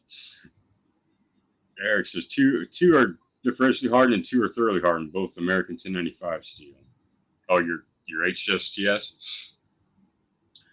RVA Katana, what's up, John? Hello, there is upper and lower bayonet. Lower is tougher, but harder is to heat treat. Whoops. John's in the house. Outlaw says Stoka Jahara makes a T10 sword for around $200 or $300 on True Swords. Well, there's T10 all over the place, dude. T10's real big now. Kingfisher here, John, loving the SX105V. I think more people need to test this steel out. Well, there you go. That's saying something coming from Kingfisher. Eric saying the bird will be very soon. What that's about. RVA Kingfisher, yeah, I love it. Eric says it will be on the way. Oh, that differentially hardened cloud hammer. Yeah, I'm kind of curious about that. And if you like it, if you say it's cool, I'll definitely go with what you say. So, Outlaw says, hey, John, if you want to send me a cloud hammer, 51 CRB with no bohi, I guess he wanted to say. I won't say no, hint, hint. I think he's wanting a review sample there, John. I don't know what's up with that, but Greg Vanderlip, what's up, man? Says hello to Thrasher. Joe says a great lamination method is Sanmai, soft core, hard edge, and spine like the Damascus blade. I need to try. I think one of my Orion swords is a Sanmai. The other one is a Hansamei, something like that. Starts with an H. I forget what it is. I like that one better. And that's the one I got with the deep story too. It's a badass sword. Saying how to beef Baron, Zero Flash. Alice says Matthew Jensen is the king of destruction tests. They make you cringe, but a good cringe. Well, I do agree with that. Just as Mortahara Evolution Blades, I believe. So it's both of them in the same sentence, Joe. Ella says no. Your joint name would be Cottontail Eagle Customs. Okay, well, I don't know about that, but I like the bird feathers. That was funny. RVA John says those tits cost 3 times more than Sky Giro. Well, now that was changing my decision. Also, I mean, Motorhard's a lot more expensive than Sky Giro. So I don't know. I maybe I will get a Sky Giro first. Can you give me one, John? Can you get Sky Giro? I know you can get Dragon King. I was kind of interested in that, but I think I want a Sky Giro. Motorhard. Eric says Motorhard. Come on, guys. What am I going to get here? I just get both, man. Screw you guys. Motorhard. You're so behind on the chat, dude. Yeah, I know. Fisher, I got lucky with my Highway 260. It arrived in 3 weeks. Man, that's not bad. Amazing sword. Bought it in the winter of 2019, 2020. Greg, we're talking to you guys from the future. I can speak for Carl too. That's Well, if Carl says Motohara, then I'm afraid I'm going to have to go with Motohara. Good evening there, Bird and Company. What's up, Garen? Here it says Kingfisher. I got my off-the-shelf Highway Unakubi and ordered to my door in 10 days, like 5 years ago. Yeah. Well, that's all changed now, though. It takes you like 5 years to get a Highway now. Kingfisher, if you watch the old videos by something HSTS, he does a great job showcasing the Niku and edge retention of American 1095. Okay. Hansanmai. Yeah, I don't know if I'm pronouncing that right, but John knows what I'm talking about. Yeah, I like that. I like that lamination. John has an extra layer of lamination on the top Mune. Yeah, mine has it, and like an extra little layer of just flat iron. That's all it's labeled as, just iron. So I guess it's some kind of 1045 kind of. Yeah, I don't know. That's just got a strip of soft iron on the spine, which is cool. Outlaws. John says message him. No, John says not connected to Sky Giro. Okay, can you give me Motohara then? Apparently, everybody. I think Joe's outvoted. He's the only one who wants to get a Sky Giro. Everybody else is telling me to get a Motohara. So. Eric says Sky Giros are nice. Don't get me wrong, but they suffer from the usual production Katana issues. Always got to fix them. Okay, well, so now you know the difference. Joe says Highway. You got to have at least one, dude. Well, I mean, I wanted to get the cheap Unakubi that they got. They got it for like $298. It just seems like a steal. But is it going to be, is it going to be like a Bohayu? At that price range, that's kind of. I mean, I get one just to say I have one, but do I really want to spend that low of money on it? Should I spend, is it going to be worth the money is what I'm thinking. I don't know. I mean, apparently it is. Otherwise, it wouldn't sell it, I guess. But John says the Motohara SK-S3 has an amazing size, such an amazing fit. I was looking at that, and I like the Motohara. I think I'm going to go that way. Well, I guess you're sold. I guess I'm sold. So, I mean, that was like 4-1. Everybody was against Joe on that one, so. Sorry, Joe. But I'll get for you, Joe. I'll get a Highway, okay? Kingfish said, Joe, I think a lot of it. I think a lot of it is the super shaping of the Highway. Helped me a lot to learn the something Ryu pattern and cuts feels just right. John says, honestly, Motohara's size fit isn't important enough to me for the price I paid. Well, now see, that goes along with what I mentioned earlier. I mean, is it really worth putting $1,000 in a sword when it's the same as a $500 sword? Yeah. But then it goes along with the company and how they build it. Who built it a little better than most. Carl has that Highway you speak of, Bird. So ask him. Well, if he's got it, I guess it can't be bad then. Yeah, message him. Find out. Yeah, I'll ask him. I didn't know. I know he's got a couple. I didn't know. I figured they were high dollar ones. So, well, actually, that just sold me on that. So, and that's only $300, like $298. So I can really afford that. Well, I'll get that, and then I'll get a motor hire for $495, $4,000. I don't think it'd be that. I'd rather get something. I mean, I want to get L6, but I don't need anything flashy from them. So I don't want. Of course, that's kind of not. Sometimes simple is. Yeah, I mean, I want something basic, just basic black. You know, keep it simple. Just, but it'll be a motor hire, so it won't matter. It won't need to be fancy. The fancy's in the build itself, right? Uh-oh, Eric's sending me a link. Okay, right on. What's up, Freem Frog? Frog, what's going on, man?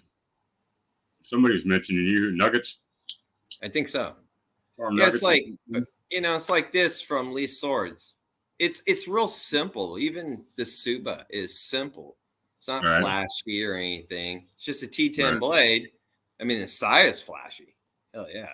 It's got great retention. Right. This thing sharp as hell too. Really? That's Lee Sword? Yeah. If I have the proper edge alignment, I can leave a bottle, the base of a bottle, just sitting on the stand every time almost. Eric just sent me a message. Right on, Eric. I got you. Cool. Yeah, let me know. pick one up for me. Let's just say, Eric says, I've cut with Carl. She's nice. Okay, well, there you go. That sells me right there. John says, now that said, it's almost bamboo season. Yes, it is. It's coming. And if it cuts bamboo as good, it will be my new favorite. So that's, what are you talking about? You got a motor hire? Is that what you're talking about? The SKS3? I think that's what Ryan McLaughlin came out here with. But I'm not sure. I don't think I cut with it. I just held it and swung it around a little bit. It was nice. It was real nice. I was looking up getting some bamboo seeds today to plant in my backyard, and I found one. It's purple. Whoa. Purple bamboo. Yes, there's purple bamboo. Yeah, that's cool. Well, that'll be like the rare black stuff. Yeah. Oh no, I've cut that. I've cut black bamboo. Yeah, it's where it comes from is the Philippines. Well, they say it's kind of rare compared to other types, anyway. Well, if it only comes from the Philippines, that makes it pretty rare because everywhere else, that's the only spot it grows. I think that would make it rare. Yeah, I've got a piece of it that I cut in our room actually still. Well, yeah, because bamboo only flowers like once every 10 years or something. So it's really hard to catch the right time for it to flower to get your seeds from it.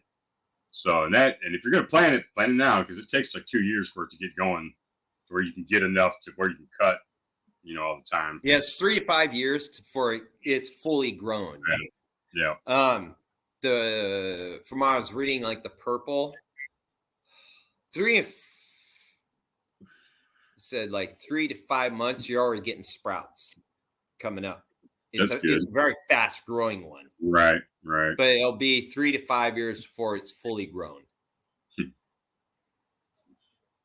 I don't know that's what it's saying. So that makes sense.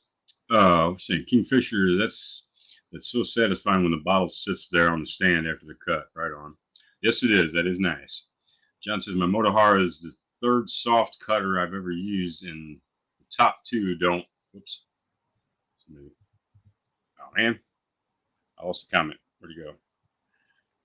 The top two don't handle bamboo, so if it's that multi-purpose, then yeah, my new favorite. Right on. I'll have to check it out. Yeah, I gotta have a Motohara that cuts bamboo. So if it doesn't do that, then yeah, you gotta have a good blade for that. I gotta have a bamboo cutter. So everything else falls down from that. Eric says I've also researched cold weather bamboo species and will be planting that. And Bud wants the house in my name. Right on. Just be careful, Eric, because you better put blockers in the ground because that bamboo will take over like crazy. Well, he'll probably get something like clumping bamboo. Would be more. He'll still start sprouting up in other places, though. That stuff grows like crazy, man. It'll just take over your whole backyard. Joe wants. All right, let's see if I can do this. I think we need. We're gonna have a guest speaker real quick. He just wants to speak his mind about something. Oh God, here we go. I can step out of the room. No, you're all right. We'll stay right here. Can you still see? Can you still? You probably can't see me. I can see you. I don't see Joe. All right. Well, we'll be seeing him in a second, I do believe. All right. Try that. Let's see if he pops up here in a second. Let me change the screen to that. Or is it this? No, don't want to do that. I mean, Eric, I would love to grow bamboo. That'd be awesome. Yeah, I mean, I recommend that for anybody, man. It's well worth it. Even if you got to wait a couple of years for it to get going, everybody should be doing it because it's the best medium to cut. I mean, it's free. It's there. You can cut all day. I mean, granted, I've saved up a lot of bottles being injured this whole time, but I'm eventually going to run out to where I won't run out of bamboo. I could have a test. I probably will. I would think the toughest challenge for cutting bamboo, and I've seen it. I haven't seen very many people do it though. In videos, is you just take a section about that much of bamboo, right? Set it on your stand, freestyle, and then cut that sucker in half. I never tried doing that. I've seen a couple people do it, and it doesn't look easy. No, I'm sure it's not. Let's see what we got problems here. I think so I can speak. Oh, yeah.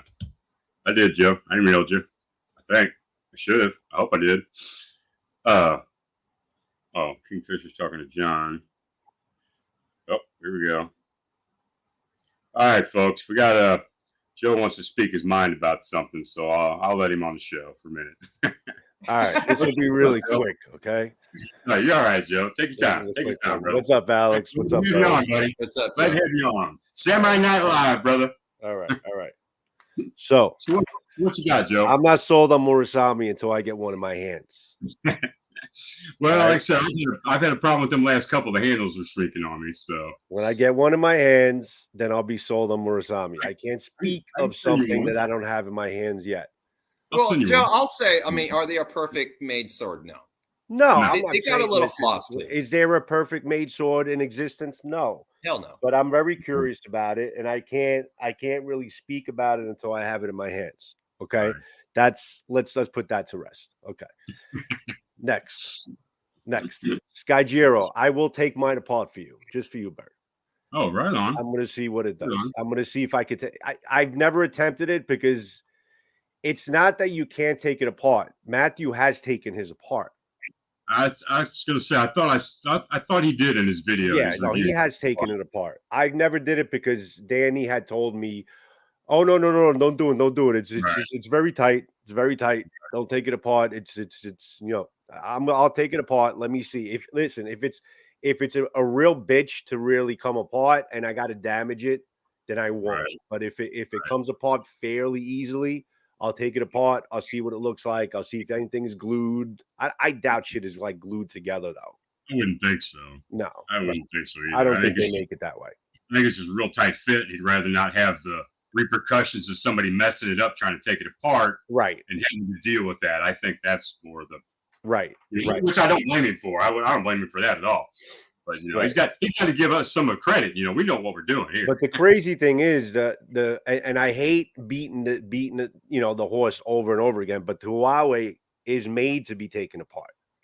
Right. See, now that's what I'm saying. They build it that way, and I've taken it apart, reassembled it many times, and the damn thing fits in. Everything fits in place like Legos. Like it just boom, click. Right. Put that Mukugi peg in, and it's tight as hell. As when you first got it.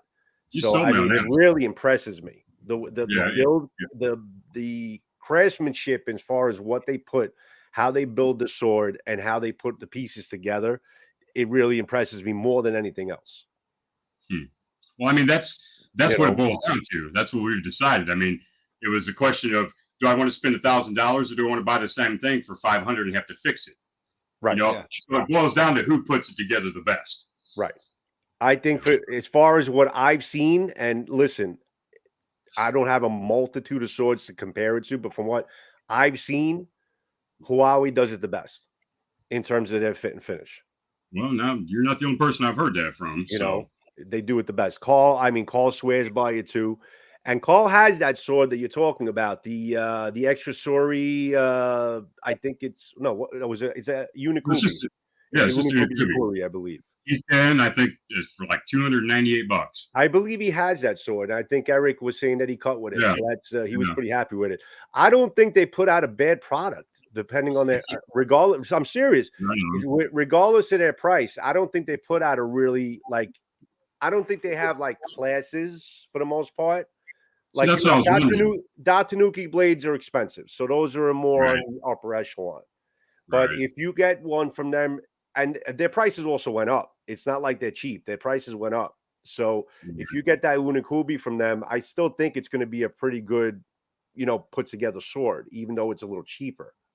Right. But I have my eyes on that too. I think I want to get that one day as well. Eric votes for it. And he says Carl would vouch for it too if he was here. So that's good for me. That's good enough for me. As far as Motohara is concerned, okay, I just don't want you to break the freaking bank, because the type of sword that you're going to want from them is going to be like really high price. Well, I mean, I'm just looking for the toughest steel they got. Heavy cutter. That's what I want. It ain't got to be flashy. So the tough steel is what I'm going for. They can make it simple. So hopefully that'll lower the price, and I think that's what I'm going to go for. Unless your Skygiro video, I'm going to take it apart. I'm going to take it apart for you. I'm going to do that with it pretty soon. I'm going to take it apart on camera. I'll see how it looks. I'll see what the guts look like. I really like Skygiro though. I really do. I like the recipe for their steel. So I like the fact that they're unique though. I like the fact that it's the Suba, like the pieces, the caution that they put together is different from anything else out there. So if there's anything that looks like a Skygiro piece, it's probably a copy. Right. Yeah, that's what I like about them, But I mean, as far as a cutting sword, though, I told you that we had this conversation before. As far as a cutting sword, that Skygiro was probably one of the best cutting swords I've ever used. It's really. I remember really you telling me that. I mean, that's why I want one. That statement right there is why I want one. It's a good cutting sword. It feels great in the hand. It's very well balanced, but it's a good, strong cutting sword.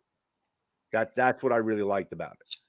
Well, maybe I'll get a Skygiro and just wait next year and get a Motohara. How's that? Can I use those two in the same thing? I would say just look at the Motohara line, right? Look at the steel that you're looking for, price it out, and you're just gonna have to freaking put it into a bank account, save your nickels and dimes, and just save up for it. And just do it that way. I'm guessing it's going to be about $2,000. I really don't want to spend that. Probably more. Listen, they're in the 5,000 range too. I mean, it depends on what you're looking for. It depends on what you're looking for, Bird. I mean, it's you have your entry level, and then you have your upper echelon. It all depends on how crazy you're looking to go with it. Right. I would say if you're going to do it right. Save up for the one that you want. And then take it from there. But see, then John made a statement, which makes a lot of sense too. Get yourself a Skygiro or a Huawei, and still have some money left over. You know what I'm saying? And you have two swords. So I don't know. Yeah. It depends on how you want to go with that. Yeah, I mean, given the price of Motohara, and like you said, what I want, and if I'm going to spend a lot of money, I'm going to get what I want. I want what I want, and that's going to be pricey. Right. So maybe I don't want that. Yeah, but let me be the devil's advocate. Let's be the devil's advocate here. You're going to wait for a long time to get a Huawei. Yeah, you're going to wait a pretty long time to get a Skygiro. See, that irks me too. I don't like waiting. So that right there would make me want to get a Skygiro. But I got to tell you something. You remember how long I've waited? I waited for the Huawei. It was about what was it, a year and a half? I was going to say it was like 14 or 16 months, wasn't it? Yeah, it was about a year and a half. Yeah. and I was pissed. You know, I was like, what? You know, but when I got it, Right. it Yeah, didn't you're matter. happy. You're happy when you got it. So I changed my outlook Right. that I rather wait for a product that's done well than get something, you know, quicker that says, yeah, it's okay. And it's almost like you feel like, you know what, I'd rather have Right. waited. And if they would have maybe spent a Right. little bit more time on this, that, and the other thing and gotten me a better sword, I don't mind the wait. You Right. follow what I'm That saying? makes sense. That makes sense. So it's just the way you perceive it, I think. Right. I You agree know? with that. So that's my opinion. So I don't want to like basically you know, take your show, No, you know. you're right. And You're right. I got to get back to my girls anyway, but I figure let me jump in and say hello. Well, Right Joe, on. I'm just going to leave this with you with this Yeah. because I don't think you were in the chats yet. I asked earlier, what personally makes a katana iconic to you? What personally makes a katana iconic to me?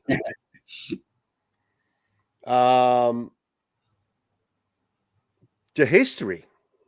Yeah. You know, just the history of it. Just and I made a video. Do you remember the video I made, that podcast type of video I was talking about why the hell do I like swords? Yep. Yep. It takes me back to a different time when things were simpler, when swords were carried around like EDCs, and it was a way of life. It was a way of life. And I have a passion and an interest I've always had in how steel is forged and how swords are made. You know, there's a lot of reasons, and I don't think it's just katana in general. I think it's swords. I mean, I would love to get into more European swords, but I can't freaking afford them because the ones that I want, I can't. You know, And that's that's a hard market to get into too, because it's like I've kind of researched into looking to get some European swords, but it's like unless you get into Albion and all that, it's like who do you go with so it doesn't kill you? Basically, you know? Yeah. Because it's like it's kind of like a hit and miss in that market unless you go up real high range. Yeah. Right. I've noticed. Dark Sword Armory is also pretty good. They're cheaper than Albion. They're not as good as Albion, but they still make a pretty damn good sword. And you could probably get those in the sub 1,000 range. But from what I heard, they're not that sharp.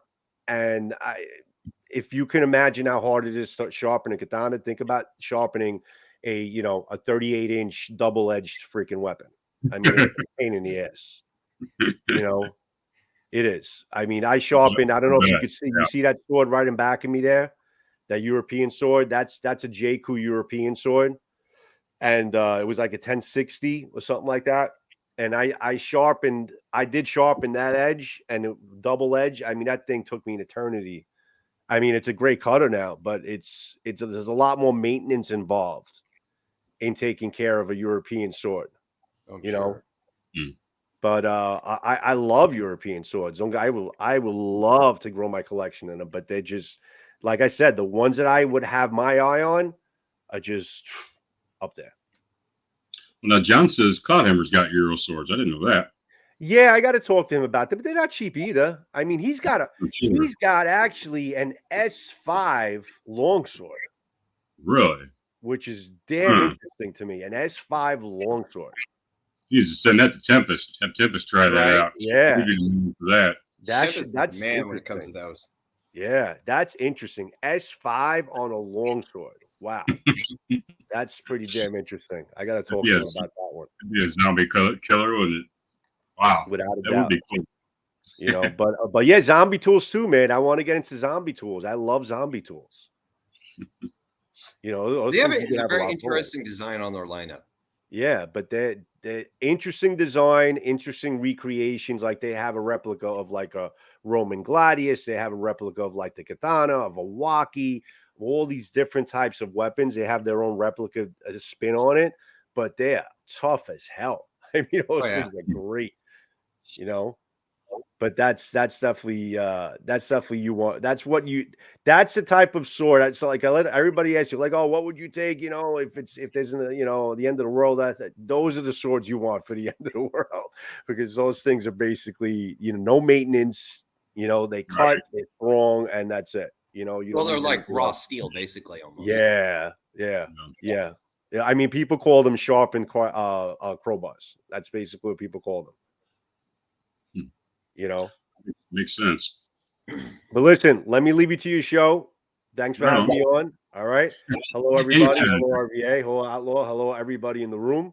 All right. I'm going to go back to listening. I got to go take care of my girls. You go take care of your kids, man.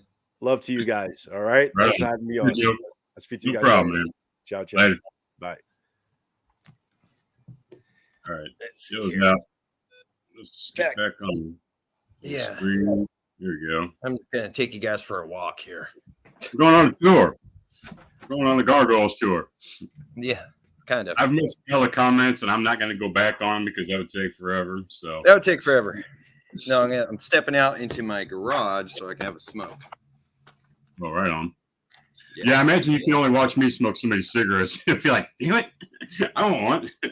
Yeah. I know I shouldn't be smoking in the house, but we always have. So I mean, I got Joe's sword, but it's in a case, so you see, that's a little bit better. Oh, and I can't. Where is it? See the one in the red sword bag. That's Joe's. Yeah. That's Joe. So I don't get secondary smoke on it. Right. His sword doesn't like secondary smoke. Is unfortunately packed right now with a bunch of stuff since our daughter moved back in. Yeah, they're at that age. Yeah. I'm waiting for mine. Mine's heading towards the teenage years, so we'll see. When I finally get it all rearranged and cleared out, I can actually start working in here again. Yeah, I'd like to get me a little workbench in the garage, set up my grinder and everything. Right now, I'm just kind of doing it wherever, so I can just set up like a workbench, especially if I get into Tsukamaki work. But yeah, something altogether. So yeah, so I almost went with Motohara, but I think I'm going to go with Skyjiro. It'll be more in my price range. That's what I wanted in the first place. I think Motohara needs to wait because that's like probably $2,000 at least for something that I would want. They're expensive. Joe's not wrong on that. They are expensive. I know. They start out at $1,200. So yeah. So I don't see that maybe in a couple of years. I'll have to find, if I can find, I'll send it to you. Someone did a comparison now that I remember with a Hawaii and a Motohara. Right. And which one was actually the better sword? It wasn't Jensen that did that? No. It was somebody else. Now I think they went with Hawaii. Wow. I think. Well, now that's what Joe was saying, right? That for fit and finish, it's pretty much a Hawaii is the best built. As far as taking them apart, assembly, disassembly. See, I don't mind spending the money a little bit if it's going for those finer details a bit. Right. But if you're like, I'm with you. If you're just going to get like fittings that they're going to throw on any type of sword. Right. Right. Because then I'll just stick with Hanbon. Right. I mean, all of them. Yeah. Even Hanbon has real Japanese silk now. Right. Well, that's what I was wondering about that Wakizashi from Murasami, because that's like the real silk stuff. It's not like the Bohaiu stuff that I usually get. It's like synthetic silk. I like it because it's thick, but it's not real silk. That's real silk. So I hope he starts using that more often. Yeah, I'm going to be having. It wasn't that another topic that you wanted to ask? What's your favorite sword company? Oh yeah, that was my whole. I was going to get to that because I'm in the market for the high end stuff, so I wanted to see what everybody thought. I mean, as far as me, you're probably thinking Murasami is my favorite company. Well, they're not. It's up there, but it's not my favorite. So I don't know. Well, for me, I have to be honest. It's going to be Hanbon. Don't get me wrong. I love the quality from Swords of Noshire too, but they've just gotten really expensive. That's why I deal with Hanbon now, and I have a good relation with Yao. Right. But I like the quality, and they always do. And that's the number one thing I like about them. Yao makes sure at Hanbon that you're getting what you're asking for. That's Now cool. you can That's get really real good. specific with him, and Right. he'll make sure you get it. And that's what I like. It's just not like how much you're going to spend on it and the little. And it is true. If you're spending a lot of money, everything should be nice and tight and everything else. But also Right. that communication, that they are Yeah. going to listen to what you're asking for. Right. Well, and see, I got to say that's why I've been dealing with Murasami, especially with this new deep story Unakubi. I mean, because it took a lot of discussion to get him to know what I was even talking about. You know, there was a lot of emails back and forth trying to get him to figure out, you know, what I was getting at. And finally it boiled down to, I want a katana that looks like a tachi, but still looks like a katana. He was like, okay, that makes sense. I'll make you one of those. I'm like, all right, well, I should have just said that in the beginning, right? But all that conversation was really good. I mean, it's good to build up. And he's the one making my sword, you know? That's cool.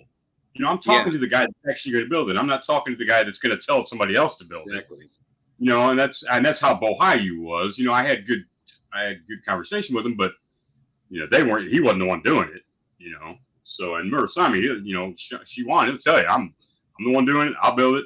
This is what I'm going to do, and you know, and it was real cool. My wife just jumped on her, and she said that Swords of Northshire is going to start getting into making armor. Really, samurai armor. She said that'd be interesting. I'm going to keep my eye out on that. Yeah, I mean, I'd like to get a good suit of armor eventually, or at least I would love to get a suit of samurai armor. It would be cool. I mean, that's expensive too, so. But it would be awesome on Halloween, man. I told my wife that I would love to get a suit of armor for Halloween because where we live, we get tons of kids here. In fact, now we are the house for decorating for Halloween. Everybody remembers our house. And I would love to stand out there with a suit of armor and just wait till the kids come up and then move. Probably scare the shit out of them, but I mean, it's Halloween. I would love to get one though. Dirty Scav says, RVA Katana, why does no one have a Handachi? Well, now that's a style of katana, right? What's the Handachi? I mean, is that in between the Tachi and the whatever was before that, or I'm not sure what that is. I would have to look it up, and I don't have my phone on me. Cold Steel Warrior Okatana is basically a Handachi, so it's just a big katana. That's another one I want to get is one of these days because I don't have one as an Odachi. I've thought about it, but there's too many katanas I want before. And the whole thing. See how it handles because it is such a much longer blade. Right. Yeah, they're huge. It'd be different. Seems like a big heavy cutter though. It's about all it'd be good for, but not a real trick cutter. I don't know. All depends on what you want, I guess. Yeah, Eric says, I so want samurai armor. It'd be cool, Eric. I would love to have a set. John says a Handachi. Oh, I missed it. Where'd the comment go? I lost it. John said Handachi is a what? I missed it. Handachi is a tachi without a belt wrapping the hangers. The fancy wrap is what I mean. Cloudhammer does have a Handachi. I have one. Well, there you go. I thought I missed a comment here. Okay, yeah. John says a Handachi is a tachi without all the hangers on it. Okay. So it's basically a. Well, now that's kind of. So is it a katana or is it a tachi? If it's a Handachi is a tachi without the fittings, but does the tang curve with the blade? Because that's the difference between. See, that's what I had to get across to Shiwan and Murasami was I don't want the tang to curve with the blade like a tachi does. It's got to stop and go straight like a katana, and that was the hard part to get across to him. He didn't understand that. It took a lot to get to that. But once he got it, he was like, right. And he sent me a picture. I was like, yep, that's exactly what I want. Well, John, is the Handachi the one that just has the Samegawa on the handle? It doesn't have any Ito? I think that's what he's talking about. Oh, yeah, I know what you're talking. I've seen those. I didn't know that's what it was. They're mainly for court, and this is kind of messed up. They're used for court and dog hunting. Dog hunting for the sword? You know, this is really messed up. This is actually a historical fact. This is how they trained, because we all know they used bow, horseback on bow. Right. They had special arrows, and they would go in basically a pin, ride their horse, and shoot the arrow at dogs. Huh. Now they were padded, so it didn't kill a dog. But yeah, that's how they learned how to ride and shoot a target while they were riding. They used dogs. Well, I guess that worked as good as anything, I guess, especially if they weren't killing them, then it wouldn't matter. I'm sure some of them didn't even care about that. They just used it practice. I mean, we're talking about people who use convicts as sword mediums, sword cutting mediums. I don't think they cared too much about that. They were more interested in how the weapon worked. That's why the Japanese are so efficient in military observations. What's that comedian, Eddie Izzard? He said you should drop the Germans and the Japanese. Whenever there's a problem somewhere, just drop Germans and Japanese in there. And they'll hey, look, stop. We've done this before. You guys chill out. Right? He's right. He would. You know, the funny thing was, when the Afghan war happened, Japan actually said, we could go in and take care of it for you. We told them, no, that's okay. Just give us 10 minutes. Do that. Just 10 minutes. That's all we need. Well, they probably weren't lying either. They'd probably take care of it. That's funny. Eric says he thought the Hondachi were the fittings.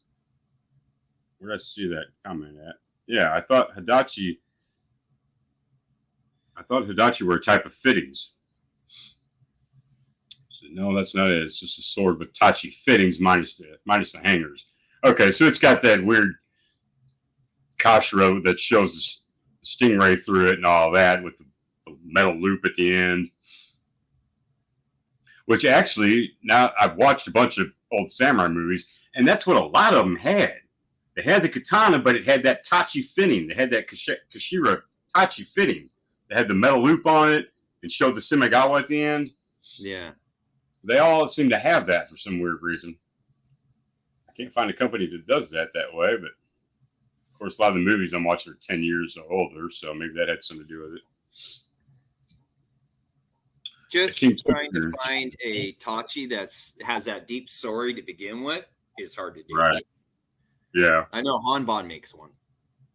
No, actually, there's a bunch of Howie just came out with 2 or 3 of them. Shinogi Sakuris with deep suri. Ryan Sword's got some. I got one. They've made a couple different kinds of them. I got one that's laminated, actually. I would like to have one, but with the Shobu Zakuri. Ooh. Because that's what they used to be, and then they, for a short stint, and then they made the blades into the Shinogis. Shinogis, right. But when they fought the Mongols, they were actually a Shobu. Huh. Really? Tachi. Yes. That's why too they have that they came out with that the Okasaki so they could pierce the leather. And the Shobu is a really nice cutter. Is that your wife there? Yeah. Tachi means half tachi.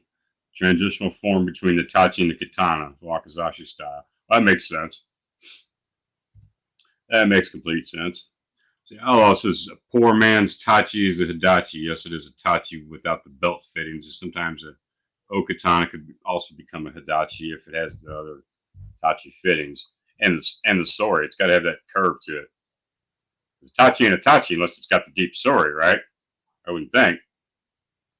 Yes, I mean, that's also the whole thing with the tachi is that deep sori. So when you're on horseback and you slash down, right. And on top of it, a lot of times too, sword makers now, they either lack that deep sori and they lack the length. The blade length, the cut and blade length was actually 32 inches. Of a tachi, you're talking about on the modern day. Because you got to remember they were on horseback. Right. Yeah, they probably wanted their swords as long as slashed down. Yeah, you can't reach them if your blade's like 24 inches. You ain't gonna get nobody. You're already 7 feet up in the air. Yeah. On horseback. Let's see. RVA Kingfisher. I don't think we used a Samagane on the Kijio. So it wouldn't be a Handachi. I don't know what they're talking about. They're talking about Tachi rules. I've lost the chat.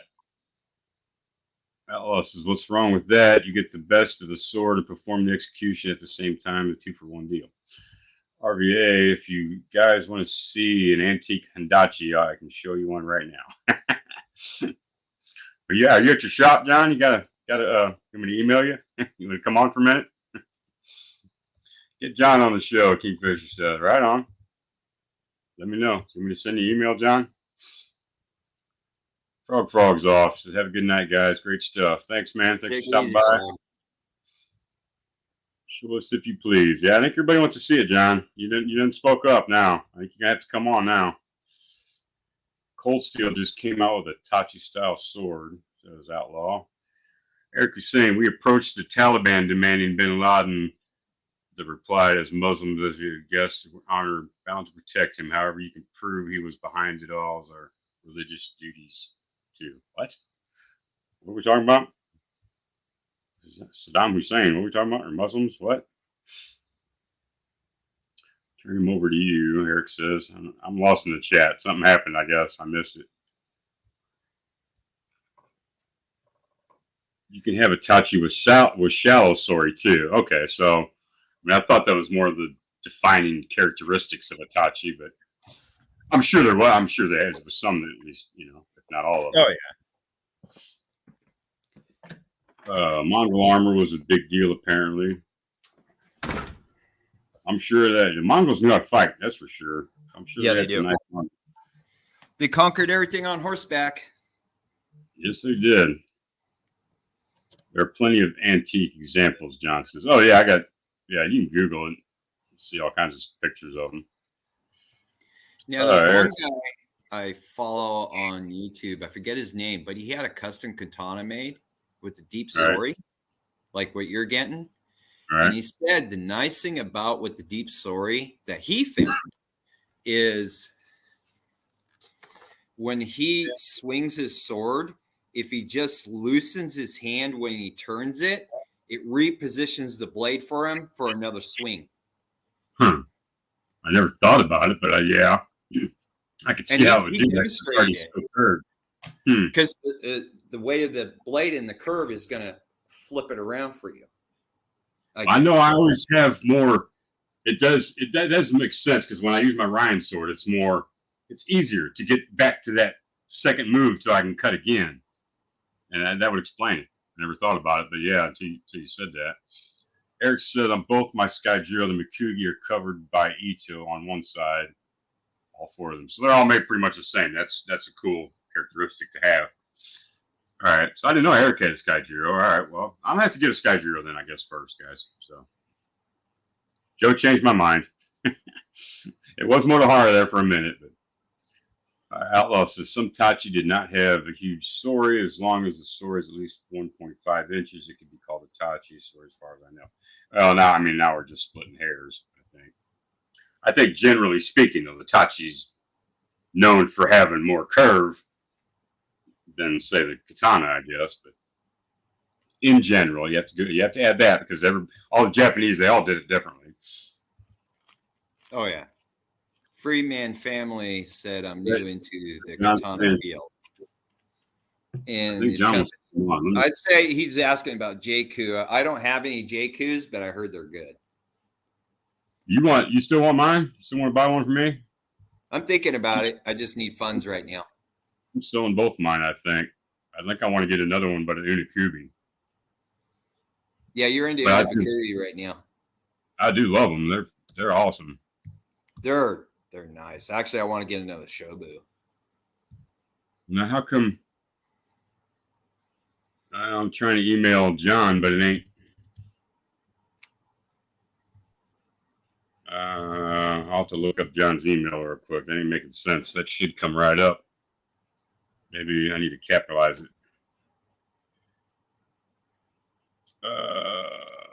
No, still nothing. All righty. Let's try.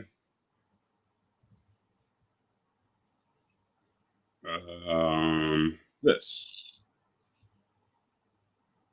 No. Okay. I'm gonna have to look up John's email, I guess.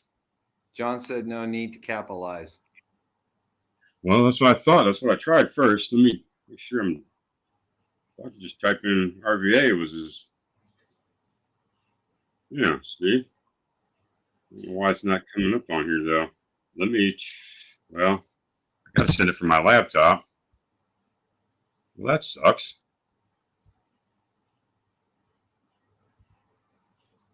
All right, let's try it again here. RVA Katana. We'll just send it. See if he gets it. He should. Wait, before sending, please correct or remove the following address. What? If I... No, I got to send that. All right, it's not letting me send it for some reason. Well, crap. All right, technical difficulties, John. I don't know what's going on. Let me try it capitalized.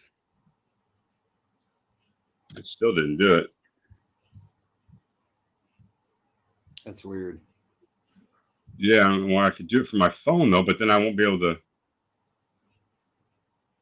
Yeah, Free Man, you're going to like a Shobu. Shobus are nice cutters.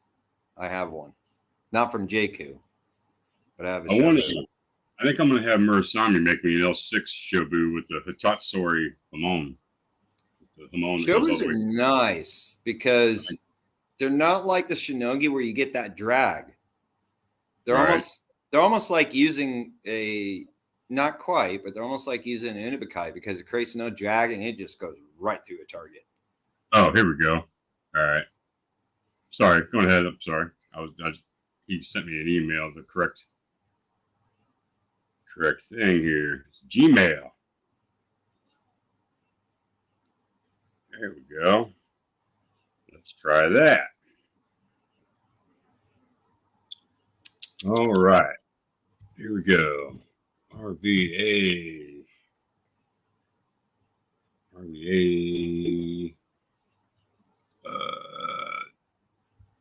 Dot. Katana at. I hate typing with one hand. This sucks. Gmail.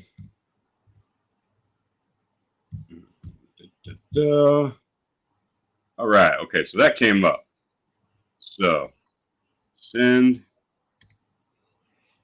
No, Kingfisher, it doesn't really, it can taper, but it doesn't thin out like an Unibikai. It's basically a Shinogi Zakuri, except the ridge line is inverted like that.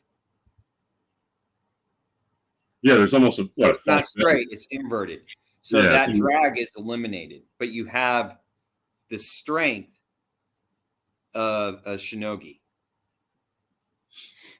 What do they call it? A false edge or a swedge? It's and almost like what makes them iconic is they have that really. Now, would you say the spine? Would you say the spine is the same as the part of the Unikubi that's like that? But a Shobu is all the way through the whole blade. Yeah. And some of them, the tip would kind of curve up a little bit more too. Wow, that'd be cool. Have like an extra, a deep Suri Kasaki. Kind of. All right, we got John in here, folks. Let's bring John in the stream. Let's put him. We'll do the. Whoops! Wait a minute. Let me try this again. Hey everyone! Thanks for having me on. What's up? There we go. What's up, John? I'm not allowed in the sword room right now because it's on the second floor and everyone's in bed. Oh, so I thought you had some swords to show. There you go. There we go. That's nice. See, I like all the fittings on the saya. I like that. I like the metal fittings on it. Yeah. That's what I like about a Tachi. Nice. So that's a Hondachi, right? Hold on a second. I'm going to cut off that because I am getting a double echo going on there. That's really annoying. Oh. Now I got to find the window. Damn it. I can't find the window. Sorry, guys. Oh, you're all right. Oh, here we are. I found it. It's all good. So notice that this one has a kurigata, and not Right. all Hondachi have kurigata, but it does not have the ashi, the hangers. Okay. Yeah. And this was made in the 16, like around 1660. Oh, wow. And there's the blade. So this one doesn't have like a particularly deep sorting to it, even though it was made in 1668. Yeah, that don't look any different than a katana. Yeah. Yeah, it's not particularly longer than a katana either. It's about I think it's a 29 nagasa. Now, is that like a shinogi zukuri geometry? This is shinogi zukuri. Yes, it does have a yukote to it. You can barely see it. It's not. It hasn't been polished, so in a while, I should say. It's like the original polish, and it's kind of not doing too well. So that's a Hondachi, right? So a mixture of a katana and Hondachi, really. That is cool. I like it. So yeah, Hondachi are usually like you display them like a katana. So this way, as Okay. opposed to Tachi, which you display, Yeah, the blade faces down. Right, Yeah. right. But yeah, just not a particularly deep one. But since we were So- talking geometries, go ahead. Well, so periodically speaking, that's kind of the sword that was in between when the Tachi transformed into the katana. That would have been like a missing link in there. Yeah, I guess you could see it that way. Okay. Yeah. Since we're talking geometries, let me show you another antique that I just recently got. All right. This is nice. We can see some Nihantos. I like this. Yeah. This is actually a hirazukuri. So it does not have a shinogi line.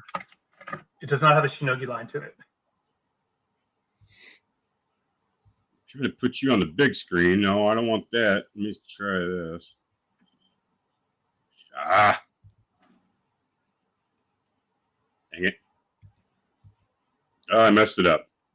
All right. I was trying to put you on the big screen, but I don't know how to do it. But notice there, I'm going to put it on, this is on the mune, and you can see it does not flare out. There's no shinogi line here. So this is a hirazukuri. Nice. Real nice. This is about 200 years old. Wow. So are you selling those, or why you got those? Are those your own personal? No, I'm selling them. Basically, for the shop, people were asking for like antique swords in Koshirae, so I was starting to pick some up. Okay. I hooked up with Ray Singer. He's like a major Nihonto guy here in the States. Yep. I've heard Matt mention him a few times. Yeah. So that's cool. So you're going that route then too. So you got actual Nihontos at your shop then. Yeah, not a lot of them, just a handful, just to have on hand to show. It's kind of fun to talk about the history of them and to show examples. We're still mostly modern swords. Yeah, this is the scabbard, the saya, and if you can see nice. it has the kamon there for both Wow. the Tokugawa family and the Toyotomi family. Wow, that's cool. That's real cool. And so this one was probably a samurai commissioned this sword, but then they couldn't afford to get it mounted, and so they just kept it in the shirasaya the whole time. They had the shirasaya lacquered. That's what Ray said. That's what Ray thought happened with this particular sword. So Worth it. right now, I'm keeping it in a protective saya that isn't fit for it. I'm just basically, because the blade is semi-polished, you don't want to put a Nihonto back in its original thing because it'll scratch it all up. Yeah. That's good to know. Good to know.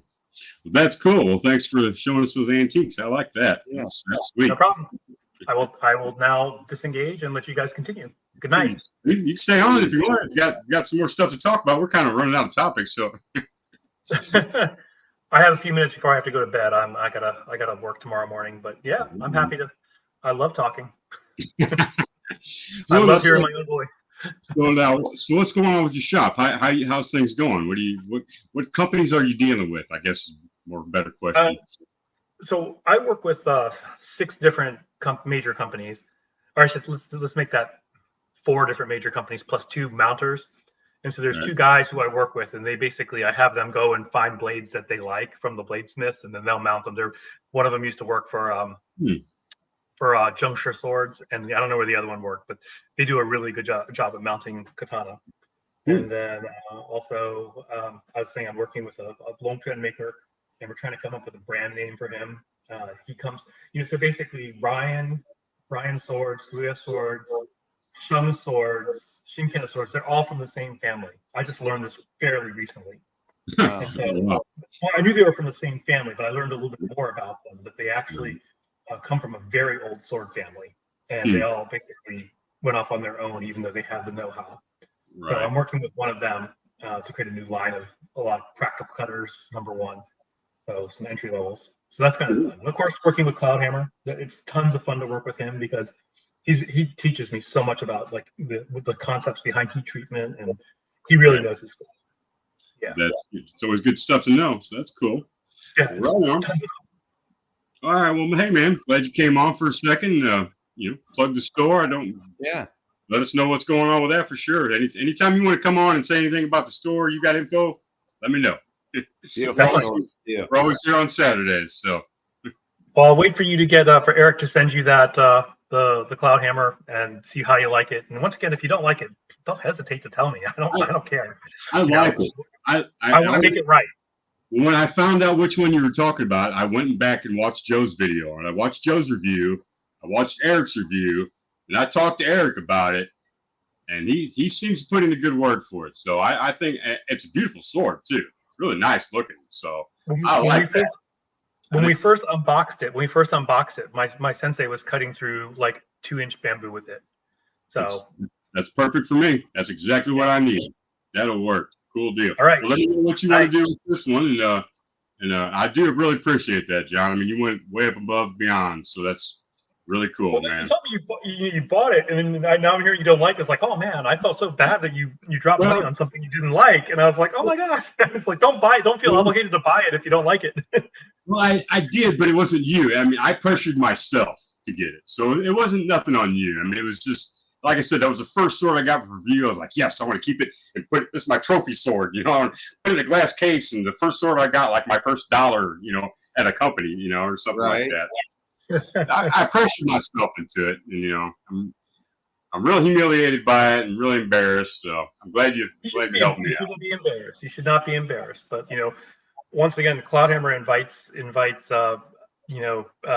critique and review. I mean, I've been talking to Kingfisher quite a bit about, because he absolutely loved the Scott on the original sword. We sent him also in a Nukubi from that same batch, but then the new set we sent him, he's like, no, they're too big, they're too thick. And so I went back to Cloudhammer. It's like, look, Kingfisher says it's too thick, and how can we solve this? And so we're trying to come up with solutions. Right. He knows his stuff too. He knows his stuff, so I can't say nothing bad about him. He definitely knows his swords. So watching Kingfisher cut is just a joy. I mean, I'm just amazing. Blown away by what he can do.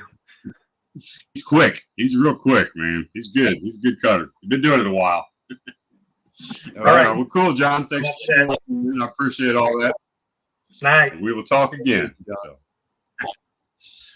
That was cool. Getting a lot of guests that I didn't think I'd have on, huh? Right? That's the whole point. Well, I'm glad to see this Samurai Night Live's kind of taking off. I like that. That's what I wanted. So I need something during the winter when I can't go out and cut. So right. Might as well do live streams, right? I was able to do some cutting today.